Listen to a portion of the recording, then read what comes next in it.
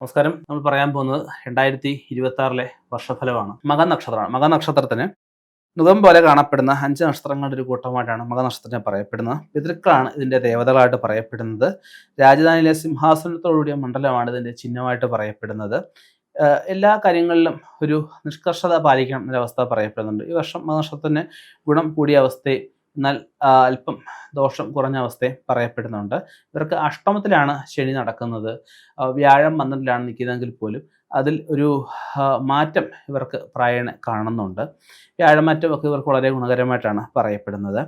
ഇവർക്ക് സുബ്രഹ്മണ്യ സ്വാമി ഭജിക്കുന്നത്, മഹാലക്ഷ്മി ഭജിക്കുന്നതൊക്കെ ഏറ്റവും ഗുണകരമായിട്ടാണ് പറയപ്പെടുന്നത്.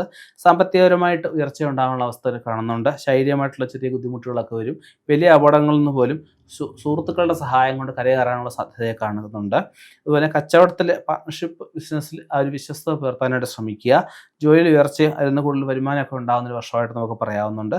സ്ത്രീകൾക്ക് പ്രസവ സംബന്ധമായിട്ട് കുറച്ച് വിഷമതകളൊക്കെ ഉണ്ടാവാൻ സാധ്യത കാണുന്നുണ്ട്.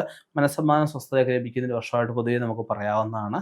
തറവാട് എന്തെങ്കിലുമൊക്കെ ഭാഗം വെക്കാനുള്ള കാര്യത്തിൽ തീരുമാനം ഉണ്ടാകുന്നതായിരിക്കും. ശത്രുക്കളുടെ നിഗൂഢമായിട്ടുള്ള ആലോചന അവനെ തളർത്തിയെന്ന് വരാം. അതെന്താ തടയേണ്ട കാര്യങ്ങളൊന്നുമില്ല. ഉദ്യോഗത്തിൽ സ്ഥലം മാറ്റം ആവശ്യപ്പെടുന്നവർക്ക് അത് കിട്ടുന്ന സാധ്യതയെ കാണുന്നുണ്ട്. സുഹൃത്തുക്കൾക്കായിട്ട് അനാവശ്യമായിട്ട് സമയം, ധനം ഇവയൊക്കെ ചെലവഴിക്കേണ്ട അവസ്ഥ പറയപ്പെടുന്നുണ്ട്. കല, സിനിമ, സാഹിത്യ മേഖല നിൽക്കുന്നവർക്ക് വളരെ ഗുണകരമായിട്ട് പറയാം. പുതിയതായിട്ട് എന്തെങ്കിലും വിദ്യ പഠിക്കാൻ ഉദ്ദേശിക്കുന്നവർക്ക് നല്ലൊരു സമയമായിട്ട് പറയാം. ശാരീരിക ആരോഗ്യങ്ങൾ മെച്ചപ്പെടുന്ന അവസ്ഥ പറയപ്പെടുന്നുണ്ട്.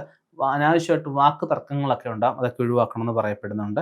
എഴുത്തുകാർക്ക് എന്തെങ്കിലുമൊക്കെ പുരസ്കാരങ്ങൾ കിട്ടാനുള്ള സാധ്യത കാണുന്നുണ്ട്.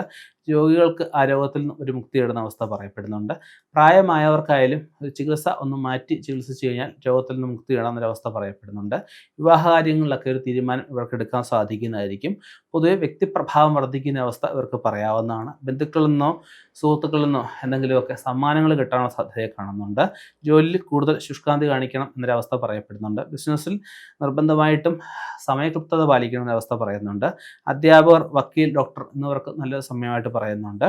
ഇവർക്ക് ശ്രേയസ്കരമായിട്ട് ഉള്ള പല അവസരങ്ങളും വന്നു ചേരുന്നതായിരിക്കും. ഇവർക്ക് വീട് വയ്ക്കുക, അല്ലെങ്കിൽ വീട്ടുപകരണങ്ങൾ വാങ്ങിക്കുക, വീട് മോടി പിടിപ്പിക്കുക, അത് വിദേശത്ത് പോകാൻ ഉദ്ദേശിക്കുന്നവർക്കും നല്ലൊരു സമയമായിട്ട് പറയപ്പെടുന്നുണ്ട്. ബിസിനസ്സിൽ കൂടുതൽ ശ്രദ്ധ ചെലുത്തുന്നതോടെ വീട്ടിലെ കാര്യങ്ങൾ ശ്രദ്ധ ചെലുത്തുന്നില്ല എന്നൊരു ഭാര്യയുടെ പഴിയെ കേൾക്കാനുള്ള യോഗം കാണുന്നുണ്ട്. അനാവശ്യമായിട്ടുള്ള ചിന്തകൾ മനസ്സിനെ ഒരുപാട് അലട്ടിയെന്ന് വരാം. അതിനുപരി ആദരവ് ഇവർക്ക് പ്രകടിപ്പിക്കാം. ഗുരുക്കന്മാർക്ക്, പ്രായമായവർക്ക് നല്ല സമയമായിട്ട് അവൻ്റെ സമയമനുസരിച്ച് പറയാവുന്നതാണ്. ജീവിതത്തിൽ ഉല്ലാസത്തിനായിട്ട് കണ്ടമാനം സമയം ചെലവഴിക്കേണ്ട അവസ്ഥ വർഷാന്ത്യത്തിൽ കാണുന്നുണ്ട്. പ്രകൃതി ദുരന്തത്തിന് ഫലമായിട്ട് ചെറിയ നഷ്ടങ്ങളൊക്കെ ഉണ്ടാവാനുള്ള സാധ്യതയെ കാണുന്നുണ്ട്. കൂടുതൽ പണം നേടാൻ ഇവർ ശ്രമിക്കുന്നതായിരിക്കും. ഔദ്യോഗിക രംഗത്ത് പ്രശംസയ്ക്ക് പാത്രമാവുന്ന അവസരങ്ങളൊക്കെ വന്നു ചേരുന്നതായിരിക്കും.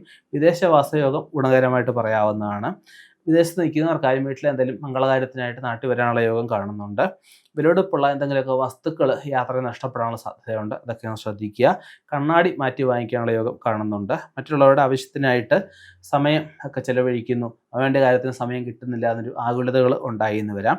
അതുപോലെ തന്നെ നമുക്ക് ഈ ഊഹക്കച്ചവടത്തിൽ നിന്ന് ലാഭം ഉണ്ടാകുന്ന അവസ്ഥ പറയപ്പെടുന്നുണ്ട്.